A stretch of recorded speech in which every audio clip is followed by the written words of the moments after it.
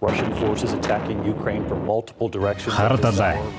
Кремийн хойгт барилдаг Аз, Европ, Африкийн бараг бүх улсыг холбохойц газрын дундад тэнгис рүү орох гарц энэ газрыг хяналтанд авбал бүх Европ болон Азийн хүрээ газар далайгаар дамжин өнгөрөх худалдааг хянах боломжтой. 1954 онд зөвлөлт холбоот улсын удирдагч Хрущевын Украин шилжүүлсэн Кремийн хойгт 2014 оны 2 дугаар сард ерөнхийлөгч Виктор Януковичийг огцруулах Майданы жагсаал өрнөсөн нь Яванда зэвсэгт мөргөлдөн болон ховирчээ. Оросын холбооны улс яаралт арга хэмжээ авч Кремлд цэрэг оруулан асар богино хугацаанд өөртөө нэгтгэсэн төдийгүй Украины зүүн хэсгийн Донецк, Луганскт бүх нийтийн санал асуулга явуулж бүгд наримдах статусыг хүлээн зөвшөөрсөн нь Украины эрх баригчдад таалагдсангүй. 2022 оны 2 дугаар сарын 24-нд Кремийг эзэлсэн Оросын холбооны улс 8 жилийн дараа Украин руу цэргийн тусгай ажиллагаа нэрээр 190 мянган цэрэг оруулж дайныг эхлүүллээ. Украин талд Америк нэгдсэн улс болон Европын холбоо зогссоноор энэ дайн дэлхийн нийтийн асуудал болон хувирчээ. Ковидын дараа үлдсэн энэ дайн хурдтай буурч байсан дэлхийн эдийн засагт хүчтэй цохилт болж эхэллээ. Дэлхийн улс орнууд энэ дайнаас болж хоёр хуваагдлаа.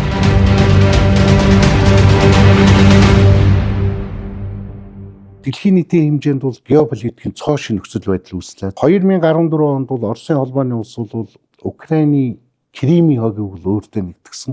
За энүүтэй холбоотойгоор өрөндийн одоо гол шинжээчд бол юу гэдэг нь хэлж гэнэ үгтэй шинэ хүйтэн дайны үе эхэллээ гэж ингэж одоо үзэж байна. Өрөндийн одоо гол орнууд бол 13 удаагийн одоо юм багц том хориг тавьсан. Энэ хориг арга хэмжээний улмаас Оросын холбооны улс цаашдаа эдийн засгаа хэрхэн авч явах вэ гэсэн бодлого нь өөрчлөгдөж байна. Европоос бол үндсэндээ газрын тос байгалийн 600 гаруй тэрбум долларын одоо ийм том зах зээлээ бол үндсэндээ бол Оросын холбооны улс бол алдсан гэж ингэж одоо хэлж болно. Гадаад худалдаага Номхон далаа Аз номхон талаараа чиглүүлж байна. Сүүлийн одоо ингээд 2 жилийн хугацаанд бол бүгднээрэнд Хятад ард улс бол газрын тосны импортыг бол Оросын холбооны улсаас дээд зэргийн хямд үнээр авсан. Тэгээ энийг бол 10 миллиард долларын одоо ашигтай одоо ашиг гаргалаа гэж ингэж одоо хэтийн тал мэдээлээ. Жишээ нь энэтхэг улс бол 2 миллиард долларын одоо ашигтай гарлаа гэсэн ийм зүйл ярьж байна. Анх удаа Европын холбооны орнууд 2022-23 оны энэ үйл бол хамгийн одоо хүнд дэлхийн 2 дугаар дайны дараах үйл явцтай анх удаа энэ эрчим хүчний хямралтай бол тулгарсан. Бүх улс орнуудад бол инфляц бий болсон. Energy crisis.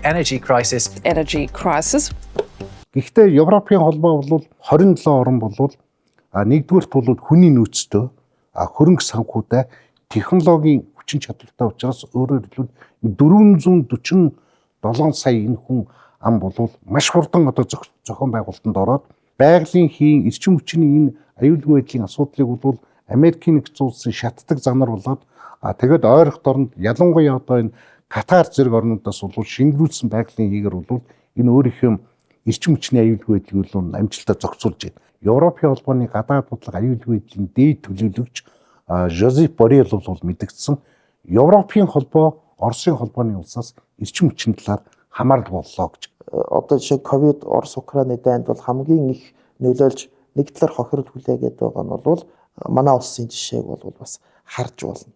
Импортын байдлаас илүү хараад манай улс шиг иймэрхүү төвчний орнуудад иймэрхүү байдал бол маш хурдан хугацаанд мэдрэгддэг. Тэгэхээр энэ Орос Украины дайнтай холбоотойгоор бол дэлхийн нийтийн хэмжээнд бол асар том өөрчлөлт гарсан. Энэ Украины дайны 2 жилийн түүхийг бол хамгийн их судалж байгаа хоёр айл байна. Нэг нь Хятад, нэг нь өөрөө Оросын судлаачд, Оросын цэргийн шинжээчд. Бид яагаад ялахгүй байна вэ? Монгол улсын байр суурь маш тодорхой байсан. Монголчуудын одоо их амар амгалангийн энэ гол одоо үзэл санаа бол ерөөсөө хуулийг дээдлжээж бид нар бол дэлхийн шинэ дэглэм тогтоох юм гэсэн ийм зарчмын байр суурь бол одоо Монгол улсын ерөнхийлөгч бол нэгдсэн үндэсний байгууллагын ерөнхий саналын чуулган дээр үхэлхтэй бол байр суурийг илэрхийлж байсан. 2019 оны 12 дугаар сар бүгд наримд Хятад ард улсын Ухаан хотод шинэ төрлийн вирус эрчимтэй дэгдэж хүмүүс нас барж эхэллээ. 2020 оны 3 дугаар сарын 11-ний өдөр Дэлхийн эрүүл мэндийн байгууллага шинэ төрлийн энэ вирус нь үхэлд хүргэх хөнөөлт COVID-19 хэмээх шинэ төрлийн цар тахал хэмээн албан ёсоор зарлалаа. 2020 оны 3 дугаар сарын сүүл гэхэд дэлхийн 100 орчим улс цар тахлаас сэргийлж хил хаасан бөгөөд энэ аимшигт цар тахлаас болж дэлхийд даяар эдийн засаг унаж улс орнууд мөнгө санхүүгийн бүхий л нөөц боломжоо шавхаж эхэллээ. Монгол улсч асар их хохирол амслаа.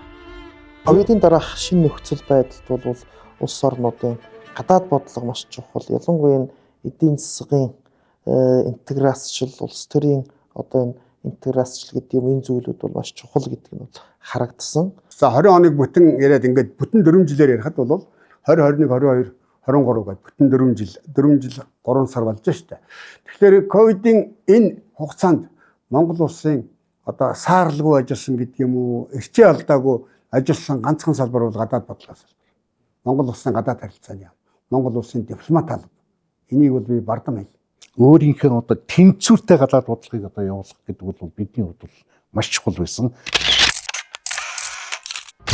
COVID-19 вирусын тархалд үргэлжилж гадаадуудад эдийн засгийн нөхцөл өөрчлөгдснөөр эдийн засгийн өсөлт 2020 онд огцом сарч макро төвчний голлох үзүүлэлтүүд буурч байсан бол 2021 онд эдийн засаг сэргэж 6.3% өсөлтөд гарлаа. 2022 оны эхний хагас жилийн байдлаар эдийн засгийн өсөлт 1.9% байсан бол уулуурхай, тээвэр байгуулах, худалдаа, үйлчилгээний салбарын нөлөөгөөр эдийн засгийн өсөлт 7% болж 2023 онд Монгол улс дэлхийн хамгийн өндөр эдийн засгийн өсөлт үзүүлсэн улсын нэг болсон юм. Бидний өвчин нөхцөл байдал хэд 70 гарц гурван Төв Азид байршилтай, 2 том хөрштэй, хөдөө аж ахуй, уулуурхай тулгуурсан юм эдийн засгт. Экспортын 92% хятад улстай байж байна. Импортын 40% мөн хятад улстай байна. Нөгөө импорт талдаа мөн дахиад 30-40% Орос улстай худалдаж байна. 3 дахь хөршийн хамгийн том хөрөнгө оруулалтыг бол бид нар оюу толгой гэж ярьдаг. Ингээ 20 одоо 3 онд бол далдуурхаа бол хөдөлгөөнд орсон. 2027 оноос бол үндсэндээ бид нар бол Монголын дотоодын нийт бүтээгдэхүүний тэн хагасыг бол зөвхөн оюун толгой одоо эзэлнэ гэж 120 их найд төгрөгт одоо хүрнэ гэсэн ийм одоо урдсан тооцоо гарч. За энэ бол манай энэ оюун эрдэнэ ерөнхий сайдын одоо энэ засгийн газар бол энэ чиглэлд бол маш тодорхой одоо амжилт гаргасан гэдгийг бол хэлэх ёстой маа. 2008 онд Монгол улсын нүүрсний экспорт хятад улсын импортын нүүрсний импортын 32% эзэлжсэн байна. 13 жил юм. За өнгөрсөн онд нүүрсний экспорт дахиад 64 сая тонн төрлөө шүү дээ. 30%-аас 52% хүртэл хятадын зах зээлийн хувь нэмэгдүүлж чадсан байна шүү дээ. Шин сэргэлтийн бодлогыг бол гарга тавьсан. За энэ шин сэргэлтийн бодлогын хамгийн чухал хэсэг бол юу вэ нөхдөд энэ бомбын сэргэлт байсан. За сүүлийн жилүүдэд хятад улсын хөгжил 2030 гаруй жилийн туршид өндөр хөгжилтэй явж ирлээ. Энэ дотор нэг хэсэг нь бол өвөр Монгол. Өвөр Монголын өөртөө засаг орны эдийн засаг өнөөдөр 2023 оны байдлаар 337 тэрбум долларт хүрч. Улсынхаа дунджаас өндөр байна. Хятад улсын эдийн засаг 5.2% өссөн.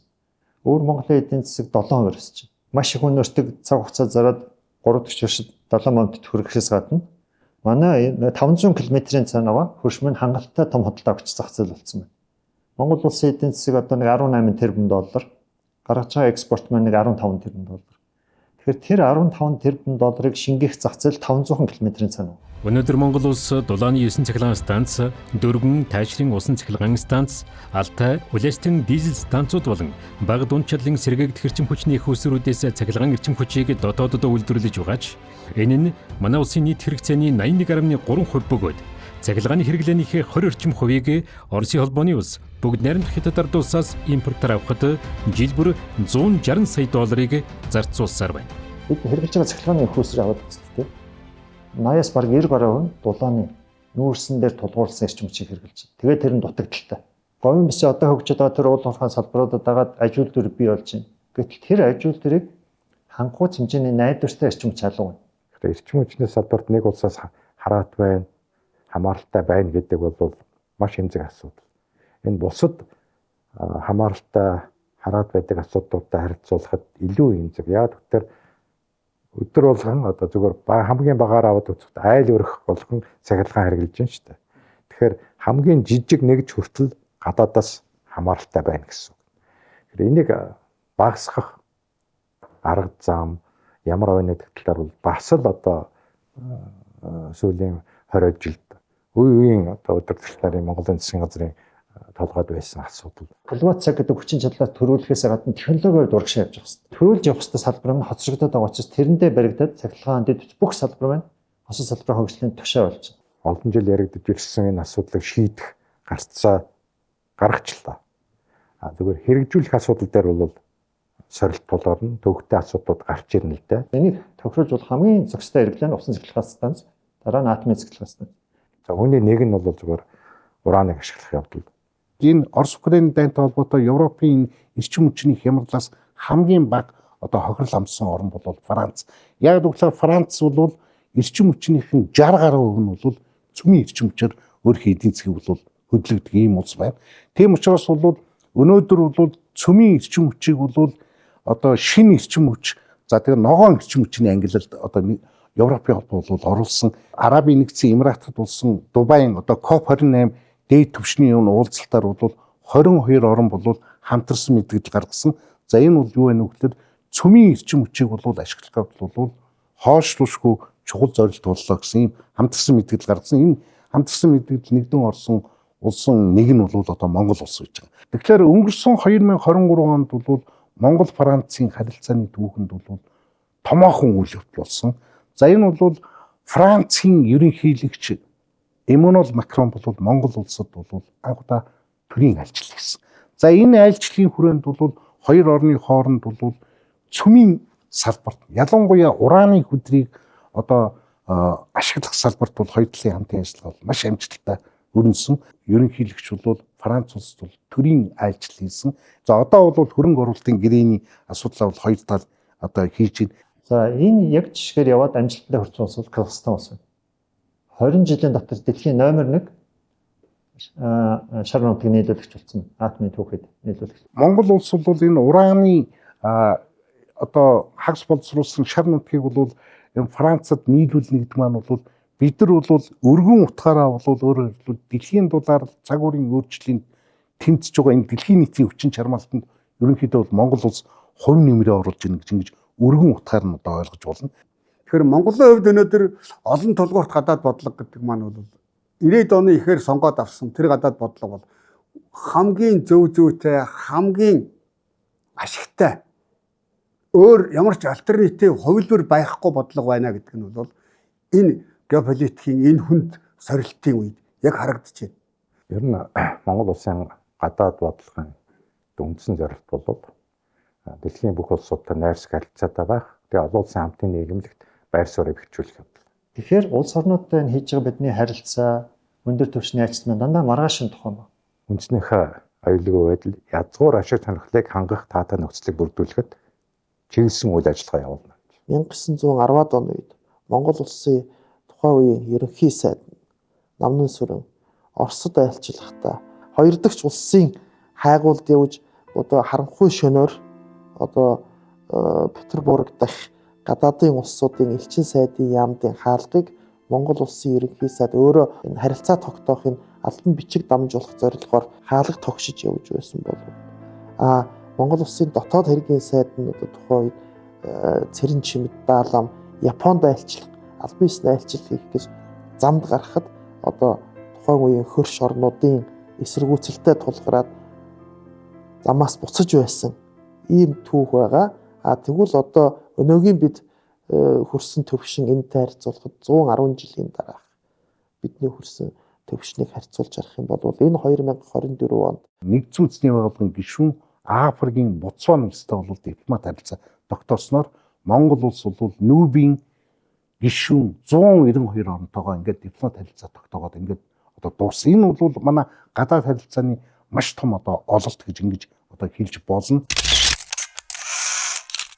За ингээд бол Монгол улс бол үндсэндээ Нэгдсэн үндэсний байгууллагын гишүүн 192 орон, тэгээ Нүүбийн ажиглагч гишүүн Гэгэн Ширээт улс, Палестин улстай ингээд нийлэх юм бол одоо Монгол улс бол 194 оронтой. За ингээд Европын холбоогоо нэмээд Монгол улс бол 195 оронтой холбооттой одоо өөрөөр хэлбэл дипломат харилцаатай боллоо гэж. За энэ бол Монгол улсын олон улсын байр суурийг бол харуулж байгаа маа гэж. Бидний нөгөө алсын зорилго нь тэр эдийн засгаа төрөлжсөн тийм олон улс орнтой худалдаа хийдэг. Тэгэх юм бол эдийн засаг манай савлгаа багасна. Хямрал өртдөггүй болно. Тэгэхээр энэ рүү тэмүүлж байгаа учраас энэ өндөр түвшинд хийж байгаа альчлууд маань гадаад түншүүд ойршруулж байна. Шин зах зээл хайж байна. Ер нь дэлхийн хөгжил үйл явцын хандлагыг нэг дараах 4 зүйл тодорхойлж байгаа л да. Нэгдүгээрт энэ бол даяаршил. Энэ бол эргэл буцалтгүй явц. Хоёрдугаарт түрүүн бид дурдсан олон улсын харилцааны тогтолцоо олон төвтэй болох үйл явц идэвхтэй өрнөж байна. Энэ бүр буцалж байна. За 3 дугаарт үүнээс хамаарат дэлхий дээр хүчний харьцаа дахин хуваарлагдах үйл явц явж байна. Хүчний харьцаа юунаас болж өөрчлөгдөв юм гэхээр дэлхийн баялагын хуваарлалт дахин явагдаж байгаа учраас л хүчний харьцаа өөрчлөгддөг шүү дээ. Саяхан хүртэл би дэлхийн бодлогыг хоёр их гүрэн Америк нэгдсэн улс улаад улсын харилцаа тодорхойлж байсан гэж байгаа бол өнөөдөр үндсэндээ одоо бүгд амт хятадус Америк нэгдсэн улсын хоорондын энэ хоёр том гүрний харилцаа тодорхойлох зөвөргөө шилжиж байгаа юм биш үү гэдэг асуудал гаргаж байна. За дөрөвдүгээрт нь дэлхийн цаг уурын өөрчлөлт. Түүнээс гарсан үр дагавар. Ийм дөрвөн хүчин зүйл ерөөсөө дэлхийн бодлого явцыг л тодорхойлж байна гэж хэлж болно л доо. Одоо 34 жил төрийн эрхийг барьсан Монголын улс төрч болоод улс төрийн намуудын хувьд бол гадаад бодлого нэг л явж ирсэн. Энэ дээр бол монголчуудын оюун санааг нэгтгэж чадсан цорын ганц салбар нь гадаад бодлого байж магадгүй. Монголчуудыг оюун санааны хувьд нэгтгэж чадсан салбар бол гадаад бодлого. Энэ геополитикийн шинэ нөхцөл байдалд бол Монгол улс бол маш сайн гадаад бодлого явуулж байгаа. Гадаад харилцааны сэргэлт бол бий болсон. Энэ гадаад бодлого дээр өнөөдөр яг хөрөлсөх ерөнхийлөгч яг энэ үүрэг эрх мэдлээ бол хамгийн зөвөр ойлгоод ухаарад явж байгаа. Засгийн газартайгаа тэр дундаагаа гадаад харилцааны яамтай дипломат халбартайгаа маш сайн хоршиж ажиллаж байгаа ийм төрлийн тэргүй юм. Ягаад гэвэл өмнөх ерөнхийлөгчдийн хийснийг цааш нь улам баяжуулаад улам шин агуулгатай болгоод тийм ээ айлчлахын тулд айлчлах биш. Айлчлалын цаана заавал үр дүн гарах хэрэгтэй гэдэг өнцгөөс. Хоёрдугаар тэр айлчлалууд маш олон чиглэл байх хэрэгтэй. Олон талтай байх хэрэгтэй. Хондоо 3 дахь хөрш гэдгийг бид дандаа барууны өрөнд Европын, Америк нэгдсэн улс, Японч гэдэг юм энэ өндөр хөгжилтэй орнууд байсан бол биш ээ. 3 дахь хөрш чинь Вьетнам та нар байна гэдгийг өөрийнхөө амаар хэлж чадчихвна гэдэг чинь хондоо одоогийн ерөнхийлөгчийн гадаад бодлогын тэр мэдрэмж харагдаж байна.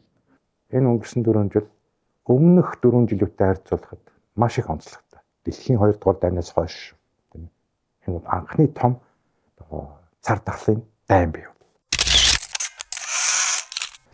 2 дугаарт бид хоёрхан хөрш улстай. Нэг хөрш улс маань өөрийнхөө хөрш улстай цэргийн тусгай ажиллагаа гэсэн нэрийн дор үндсэндээ одоо дайн явууллаа. Тэгэхээр ийм хоёр хүнд нөхцөлд Монгол улсын гадаад бодлого явагдаж иржээ гэж. Монгол улсын ерөнхийлөгч 2022 онд одоо Шанхай хамтын ажиллагааны байгууллагуудын дээд хэмжээний уулзалтанд Узбекистан улсад орлоо. Мөн одоо дэлхийн уур амьсгалын одоо өөрчлөлттэй холбоотой олон улсын арга хэмжээнд ерөнхийлөгч 2022 онд Египтэд 2023 онд Дубайд Арабын нэгдсэн Эмират улсад айлчлалаа.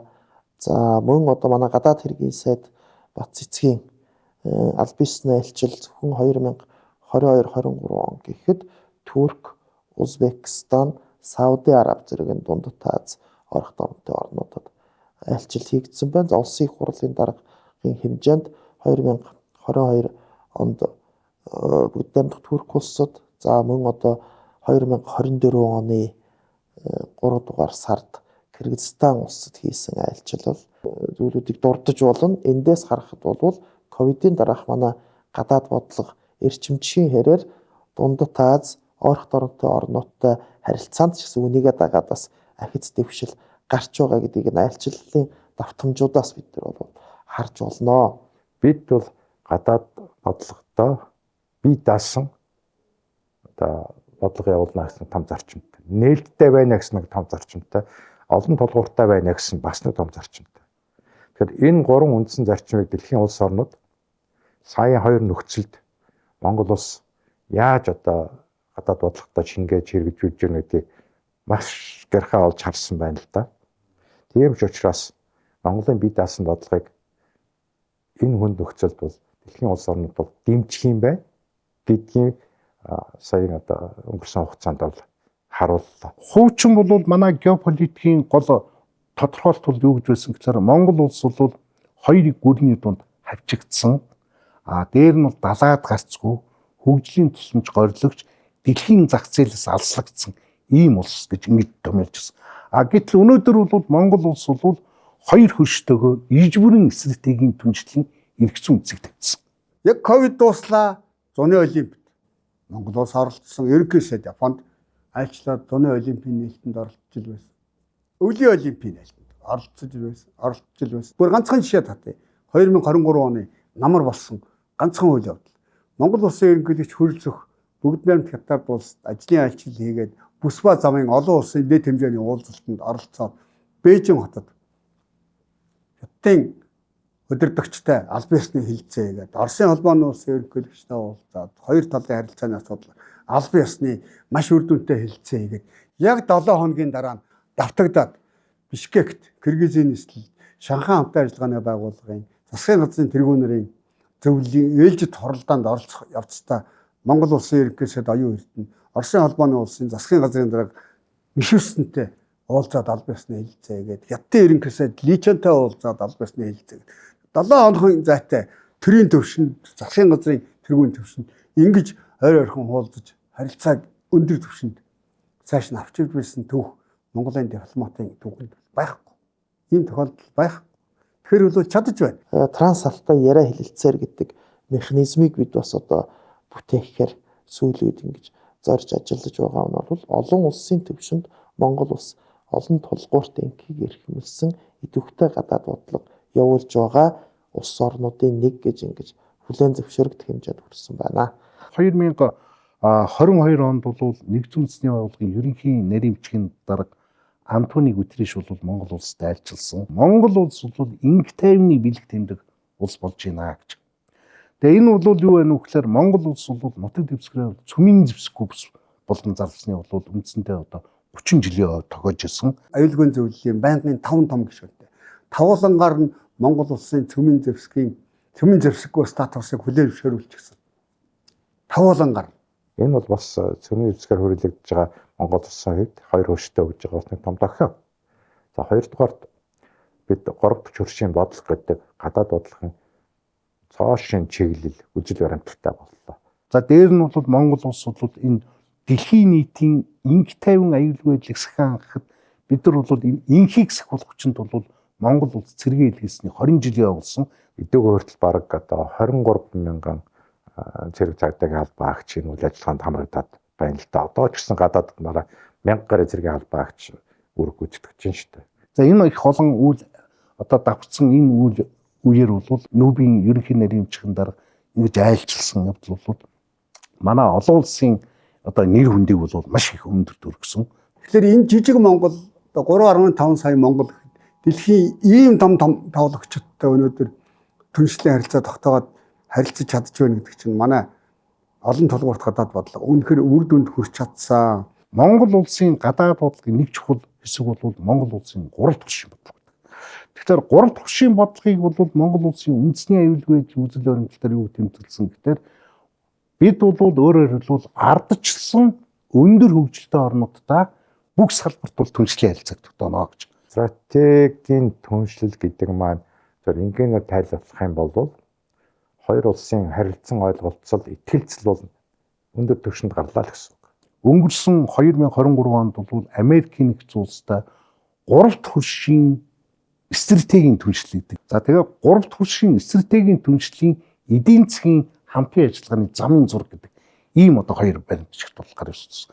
Манай ерөнхий сайд оюун эрдэнэ бол 2023 оны 8 сард бол Америкийн нэгдсэн улсын дэд ерөнхийлөгч Камала Харрисын урилгаар Америкийн нэгдсэн улс албан ёсны ажилтныг хийж хоёр орны харилцаа стратегийн түншлэлээс 3 дахь хөршийн стратегийн түншлэлд шилжсэн. За энэ бол өөрөөр хэлбэл маш том одоо чухал ийм ач холбогдолтой. Дээр нь Монгол Америкийн хооронд бол агаарын шууд нислэг хийх энэ эрх зүйн баримтчигт бол гар үсэг зурсан. За нөгөө нэг зүйл нь бол Япон улс гэж байгаа. Тэгэхээр Монгол улсын ерөнхийлөгч Ухнагийн хөрсөхийн айлчлалын үеэр бол 2022 онд бол 21 онд бол Монгол Японы хооронд тусгай стратегийн түншлэл гэдэг ийм баримтчиг бодож гаргасан. 1997 онд бол Япон улстай бол иж бүрийн түншлэл, 2010 онд бол стратегийн түншлэлийг тогтоосон. ингээд өнөөдөр бол Японтой тусгай стратегийн түншлэгдэг ийм одоо төвшөнд одоо хоёр орны харилцаа хүрээд одоо ингээд бүх салбарт бол хамтын ажиллагаа хөгжиж байна. За 23 оныг бүр онцгой тэмдэглэв. Францтай бүр тусгай түншлэлийг тогтоолоо. Тэр бүгд нэр Турк улстай эдийн засаг боловсролын харилцаа бол илүү өндөр түвшинд хөгжсөн байна. Хоёр улсын худалдааны эргэлт 110 сая долларт хүрээд байна. Гэтэл энэ маань 10 жилийн өмнө бол 20 орчим сая доллар байсан. Тэгэхээр энэ бол 10 жилийн дотор 4-5 дахин гэж өссөн гэсэн ийм үзүүлэлт харагдаж байна.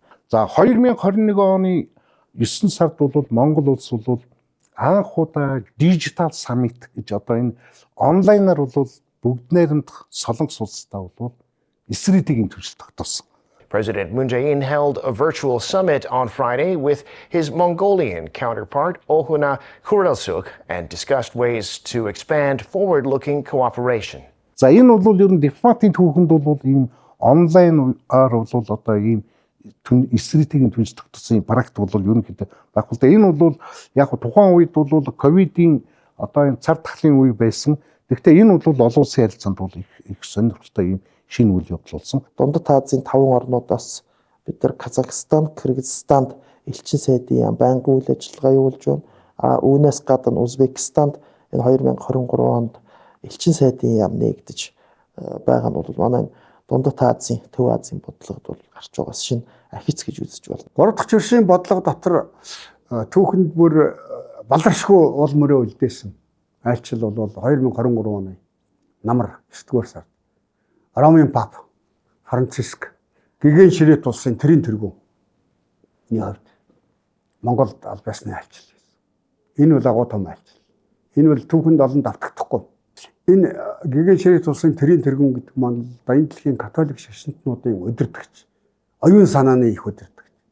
Одоо цаана нь бол хэрвээ католик шашинтнуудыг бүр нэг үрчлэн тоолох юм бол бараг 2 тэрбум руу дөхөн. Энэ бүхэл ертөнц Монголыг харлаа.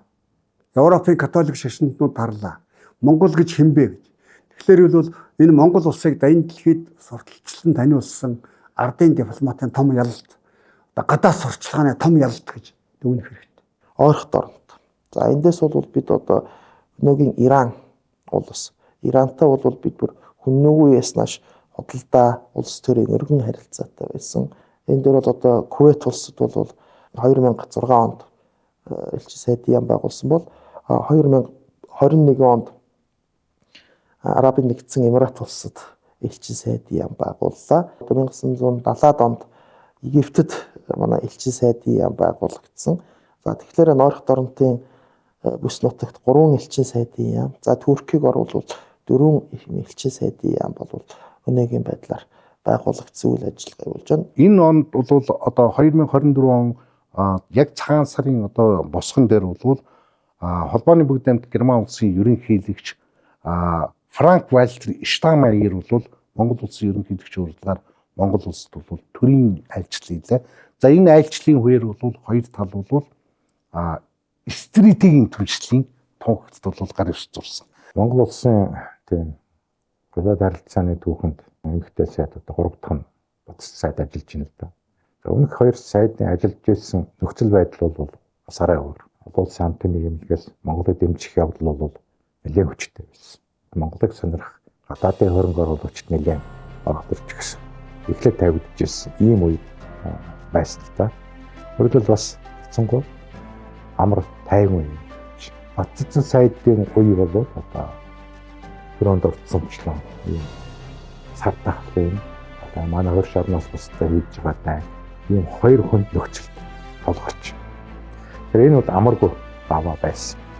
Яг энэ амаргүй давааны үед Монгол улсын засгийн газрын гишүүн гадаад хэргийн сайдаар эмэгтэй хүн томилдож ажиллана гэдэг бол бас их сайн тохиолдолтой.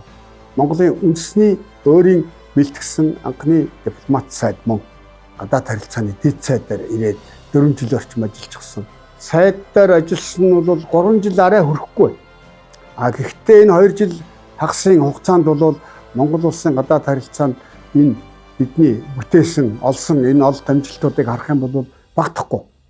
Үнэхээр 22, 23 оны энэ эрчтэй гадаад харилцааны миний түрүүний нэрлээд байгаа тэр олон хоёр талын айлчлалууд, тэр 3 дахь чөршийн бодлогын тэр олд амжилтууд шинээр бидэнд бий болсон. Хөгжиж байгаа орнуудыг ч орхиогүй 77 бүлгийн уулзалтанд оролцоод гаванд ачна гэдэг бол ерөнхийлөгч тийм ээ. Феминист гадаад бодлого гэдэг маань бол илүү их тийм инэрэнгүй тэгээд одоо энэ хүчирхийлээс зайлсхийх тэгээд одоо яг жинхэнэ одоо энэ олон улсын харилцааг бол одоо хүчирхийлээс ангид ийм чиглэлээр одоо хөгжүүлэхэд бол энэ феминист чиглэл бол маш чухал юм гэдэг бол одоо манайх Монгол улс бол баг энийгээ бол маш одоо харууллаа л да. Эмэгтэй гадаад тэргийн сайд нарын аль бус клуб Мюнхний олон улсын баг хурлын үед төлөвшжээ. Нэгдсэн улсны байгууллагын жил тутмын ерөнхий ассамблеийн чуулганы үед уулзалдаг ийм механизм болжээ. Тэр механизмыг цааш нь улам төгөлдржүүлээд албан ёсны институт болгоход бол Монголын төр 20 онодлон ерөнхийлөгч хөрс хүн ивэлдор Баян дэлхийн эмэгтэй гадаад хэргийн сайд нарын анхдугаар том форум Улаанбаатарт Монгол улсын засгийн газрын урилгаар боллоо шүү дээ. Энэ жил бол дахиад залгаад дэлхийн эмэгтэйчүүдийн том форум Монголд болох гэж шүү дээ. Нөгөөх нь бол сайд нарын төвшингээс ахих гэж байна. Тэгэхээр бол энэ санаачлагыг хэрэгжүүлэхэд оролцоод бүр гартаа аваад энэ санаачлагыг хэрэгжүүлээд явж байгаа хувьд бол энэ Монгол улсын гадаад харилцааны одоогийн сайд Батцэг бол Монголын дипломатын түүхэнд бол нэрээ мөнгөлчлөө л дөө. Тэгээ удирдагч ямар байх ёстой юм бэ гэдгийг Батцэг сайдын жишээн дээр хэлэх гээд байна л да. Энэ бол оюун хатан бодлого байсан. Энэ бол Монгол улсыг бусдад ойлгуулах, өөрөөр Монгол улсын болгондод байгаа сорилтыг ойлгуулахад үнэхээр дав байдлаар ажилласан. Би